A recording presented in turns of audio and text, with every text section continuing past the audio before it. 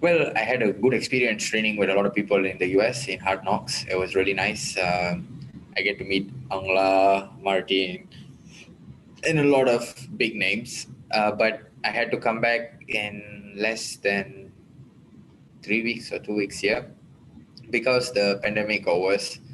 And it was very uncertain as well because every day I was getting calls from the airline saying that it's best you go back now. Later on, you might not get flights to come back. Your flight, the airport that we are sending you back from might not have flights back from the airport to Dubai or something like that. Every day they called me.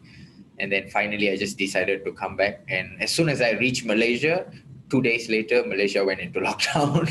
Obviously, the first 3 months, there was nothing going on. Since March until mid-May, there was nothing, like pretty much we were not doing anything.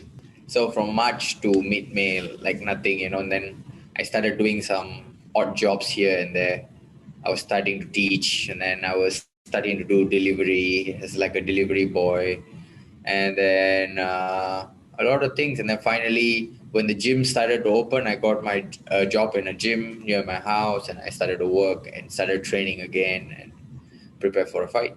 Well, definitely after being stuck at home for so long, doing the delivery job was good because I was able to ride my bike around and deliver stuff, and going around every day was good enough for me to keep my mind off things.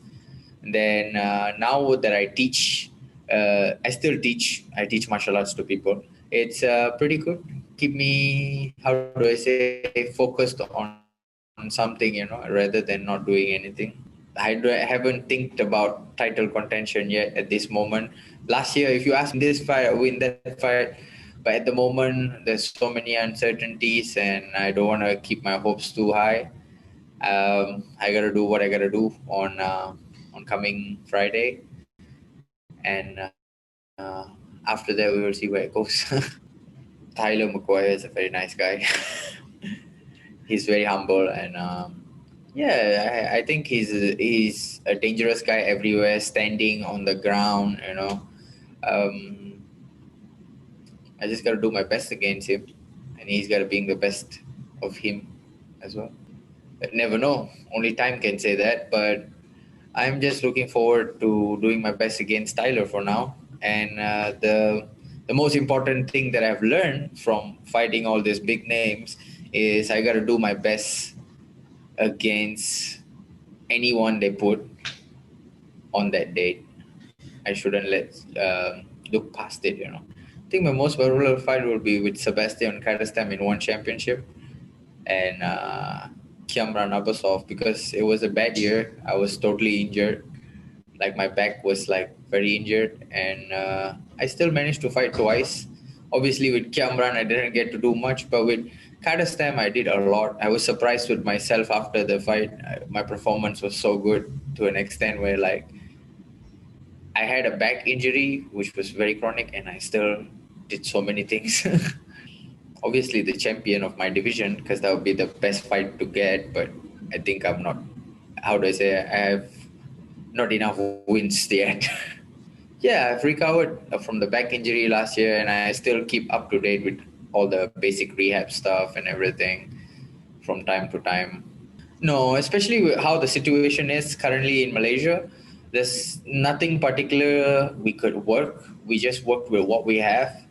And I had my coach, very blessed to have my coach around, Conrado. He's been helping me from pre-camp to end of the camp. He was always there telling me what to do. And then I had some really good sparring partners. One of them was Oswaldo. It was very nice. And I had a gym that was really looking after me, letting me use their facility, Blueprint. So in a way, we just used what we have. We didn't have any, we couldn't bring in more people. We couldn't ask for more things.